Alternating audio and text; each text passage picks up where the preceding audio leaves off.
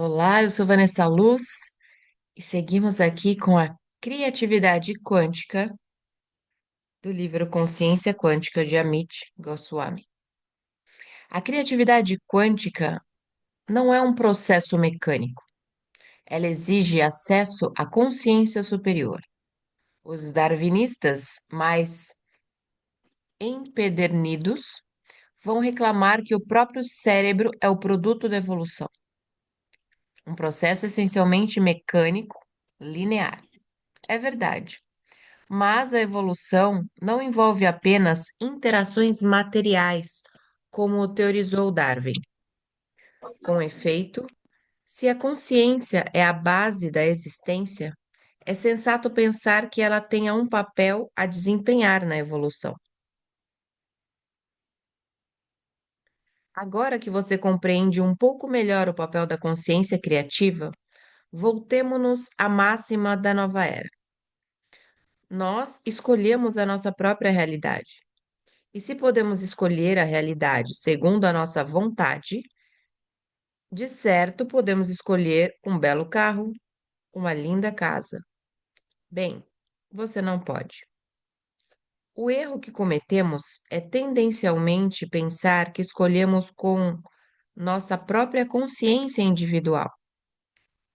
Isso provoca outro paradoxo. Pense no seguinte: quem escolhe se um semáforo quântico dicotômico vai ficar verde ou amarelo quando há dois observadores se aproximando vindos de direções perpendiculares e com motivações diferentes?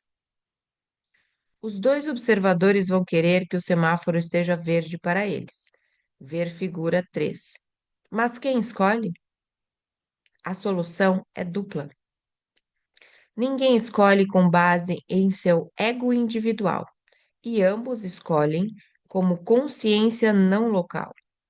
A consciência, base de toda a existência e fonte de nossa escolha, é não local e objetiva. Alguns podem denominá-la Deus, mas podemos também chamá-la efetivamente consciência quântica. Figura 3. Quem escolhe a luz verde? Wigner ou amigo de Wigner? A física quântica, a física das possibilidades, ajuda-nos a despertar para nossa consciência superior e a escolher os eventos da nossa experiência desde um reino de possibilidades. Não fazemos a escolha em nossos egos condicionados individuais, mas a partir de uma consciência superior na qual somos um com os demais. Assim, ela nos dá o poder de criar a nossa própria realidade. E quanto mais usamos esse poder da criatividade quântica, mais vamos perceber que a criatividade é um processo cooperativo e não competitivo. Isso é transformação. Comunicação não local. Até aqui, em nossa discussão, identificamos os princípios quânticos quintessenciais, os mais importantes conceitos na caixa de ferramentas de um ativista quântico: causação descendente, não localidade, descontinuidade e hierarquia entrelaçada. Esses são os princípios da física quântica que podem nos transformar quando aprendermos a aplicá-los em nossa própria vida. Essas são as ferramentas com que trabalha o ativista quântico. Esses são os veículos que podem provocar mudanças quânticas. A não localidade é a comunicação sem sinal, que ocorre na consciência, o domínio da potencialidade. Ela foi constatada objetivamente, inclusive no nível macro de nossa experiência. No nível da neurofisiologia, há evidências de potencial transferido. A atividade elétrica pode ser transferida de um cérebro para outro sem uma conexão elétrica. Encontramos também alguma evidência subjetiva disso em campos como a telepatia. E há novos experimentos, como experimentos de visão remota, por exemplo, sendo realizados com uma boa dose daquilo que podemos chamar de objetividade fraca.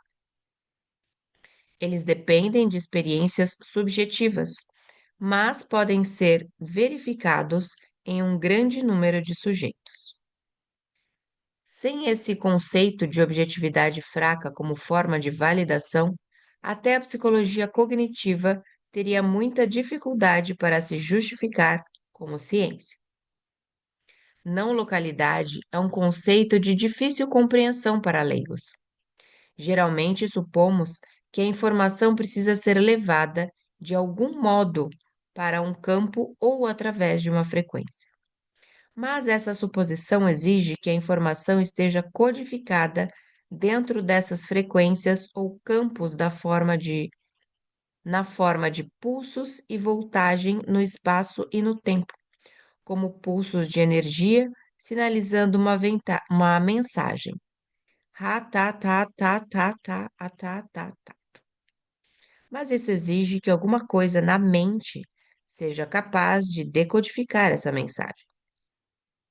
Novamente, o perigo é a tendência a pensar em termos de algo que efetivamente se move por meio de um sinal, o que, por sua vez, requer que o cérebro seja capaz de interpretar as mensagens que a consciência está fornecendo na forma de ondas moduladas. A resposta é que o cérebro não faz nada disso. No modelo quântico dessa transmissão, um cérebro não emite ondas eletromagnéticas moduladas e recebidas por outro cérebro.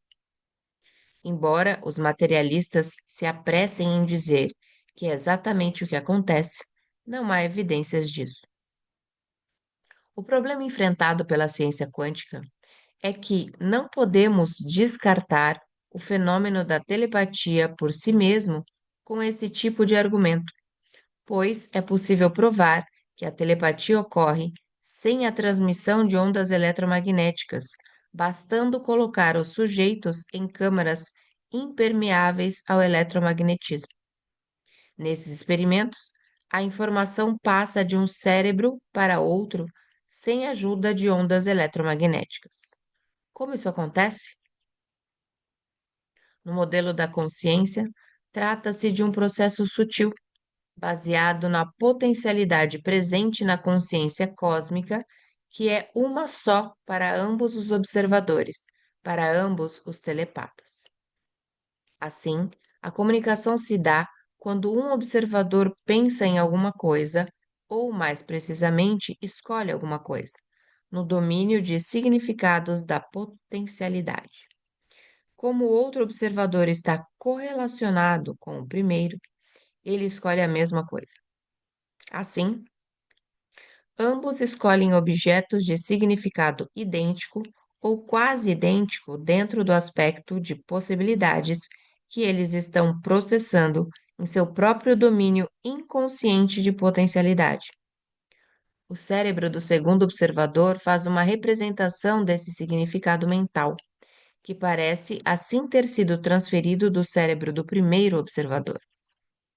Esse processo está sendo verificado por novos experimentos chamados experimentos de potencial transferido, nos quais o potencial cerebral do cérebro de um sujeito é transferido para o cérebro de outro sujeito sem sinais eletromagnéticos. Em 1993, o neurofisiologista Jacobo Greenberg, da Universidade do México, conseguiu demonstrar a comunicação quântica não local entre dois cérebros. Para isso, primeiro ele correlacionou os dois sujeitos de seu experimento, fazendo que meditassem juntos com a intenção de manterem uma comunicação direta, sem sinal, não local. Depois de 20 minutos, os sujeitos foram separados, ainda mantendo a intenção de unificação, e postos individualmente em gaiolas de Faraday, câmaras eletromagneticamente impermeáveis. O cérebro de cada sujeito foi ligado a um aparelho de eletroencefalograma, EEG. Um dos sujeitos foi exposto a uma série de lampejos, produzindo uma atividade cerebral que foi registrada pelo aparelho de EEG. A partir disso, foi extraído um potencial evocado, com a ajuda de um computador, após se remover o ruído do cérebro. De algum modo, viu-se que o potencial evocado foi transferido para o cérebro do segundo sujeito, conforme se viu no EEG desse sujeito após a remoção do ruído do cérebro. O segundo sujeito obteve um potencial transferido similar ao potencial evocado do primeiro sujeito, tanto em fase como em força. Ver figura 4. Sujeitos de controle que não meditaram juntos ou não conseguiram manter a intenção de se comunicarem sem sinal enquanto durou o experimento, não mostraram nenhum potencial transferido. Figura 4. Resultados do experimento de potencial transferido com o eletroencefalograma.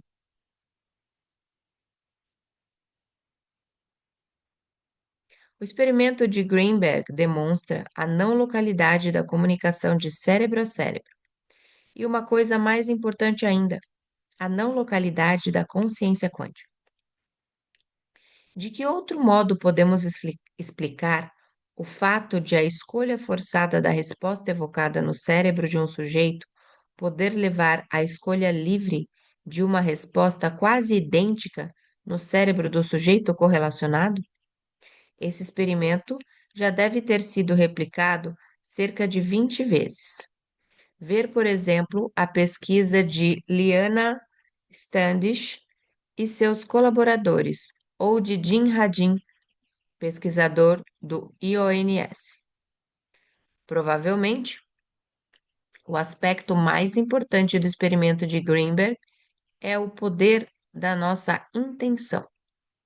Os sujeitos de Greenberg tinham a intenção de fazer que sua conexão não local em potencial se manifestasse de maneira concreta e demonstrável.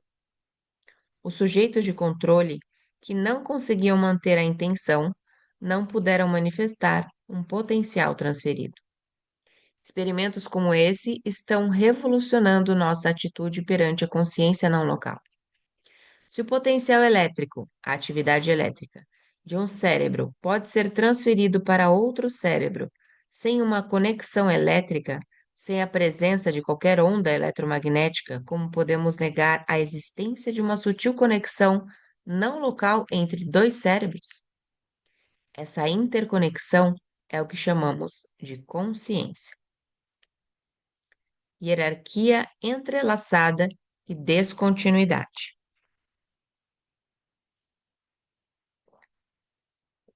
Agora, vamos analisar outra ferramenta do ativista quântico, a hierarquia entrelaçada, a mais difícil de entender.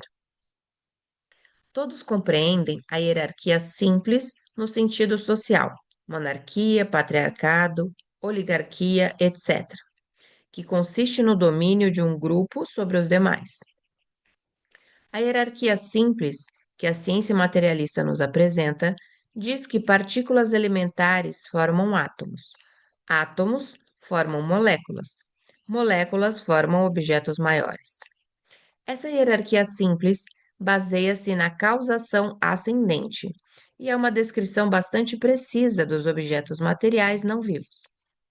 No entanto, quando tratamos do relacionamento de sujeitos, de relacionamentos entre pessoas, tendemos a nos rebelar contra as hierarquias simples. De modo geral, afastamo-nos da monarquia, um tipo de hierarquia simples, e nos aproximamos da democracia, que incentiva mais igualdade causal entre as pessoas. Os monarcas remanescentes não são, em sua maioria, autoridades governantes. É claro que ainda estamos sujeitos à hierarquia simples em nossas sociedades e em nossas estruturas políticas. Mas Se quisermos mudanças sociais, é bem provável que tenhamos que recorrer a um relacionamento mais emaranhado entre os eleitores e seus representantes. A descontinuidade, a terceira ferramenta do ativista quântico, é familiar para muitos de nós sob a forma de experiências criativas que surgem de surpresa. Aqueles momentos ahá pelos quais todos já passamos. De fato, a surpresa é a assinatura da descontinuidade.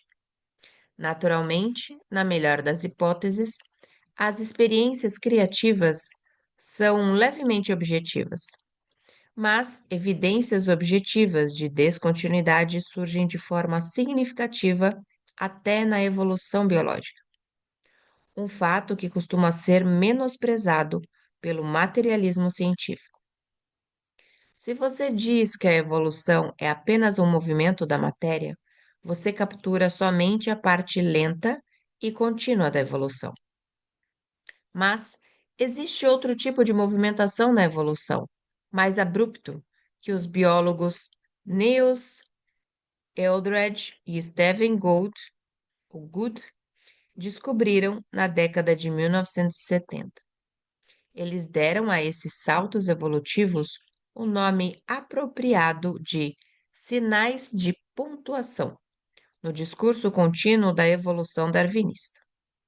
Biólogos que seguem o materialismo científico não conseguem explicar esses sinais de pontuação, mas biólogos com visão de mundo quântica conseguem.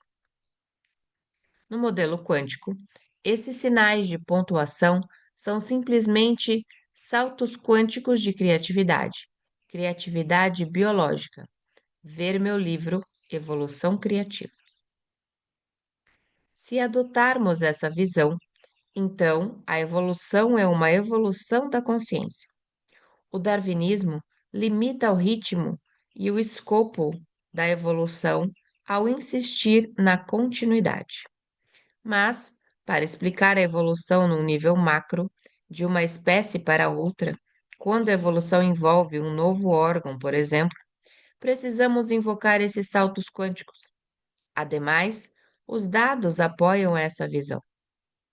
As lacunas fósseis na evolução são bem conhecidas.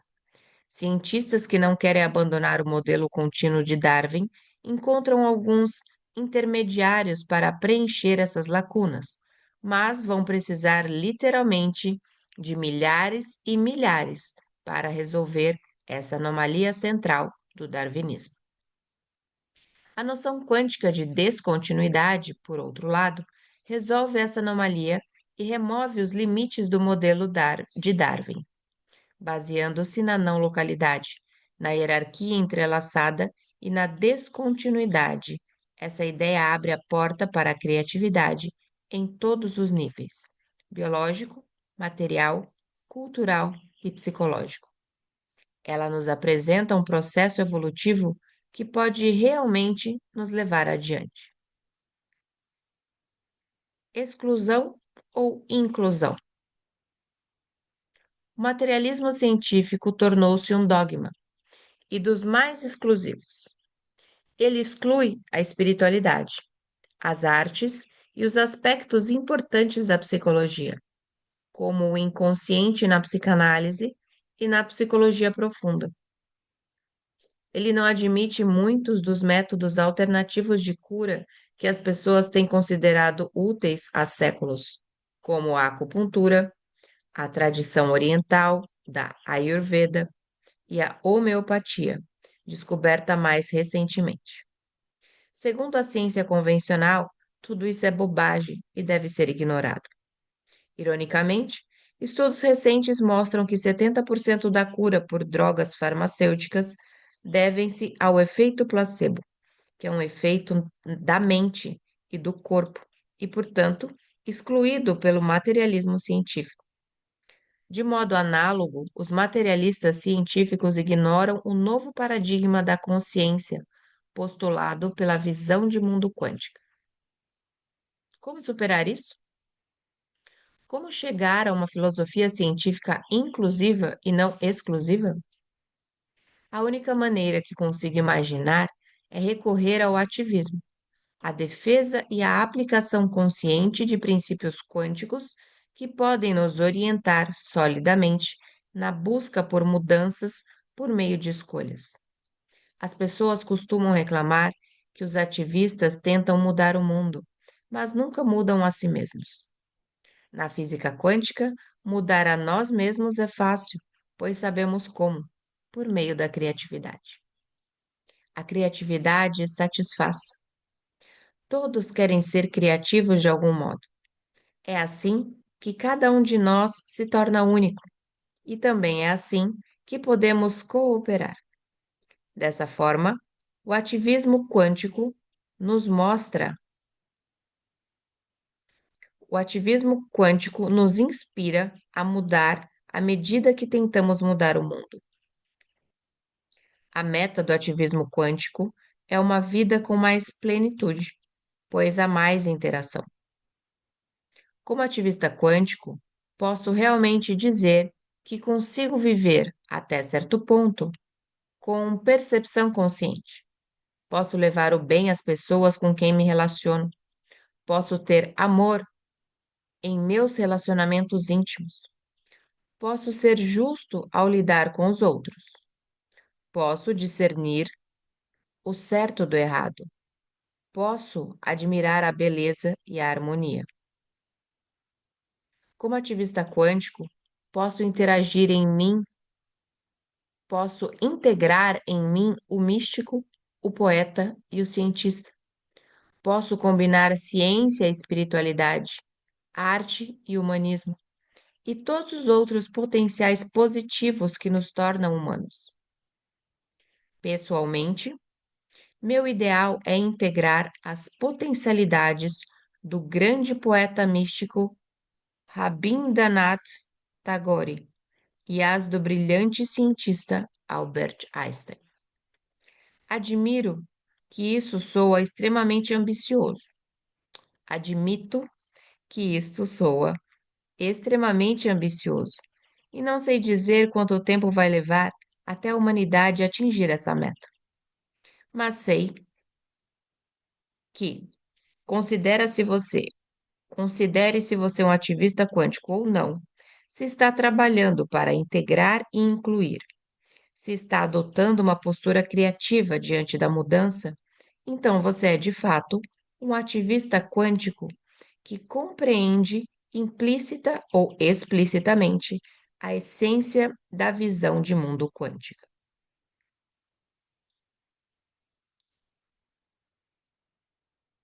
Capítulo 3.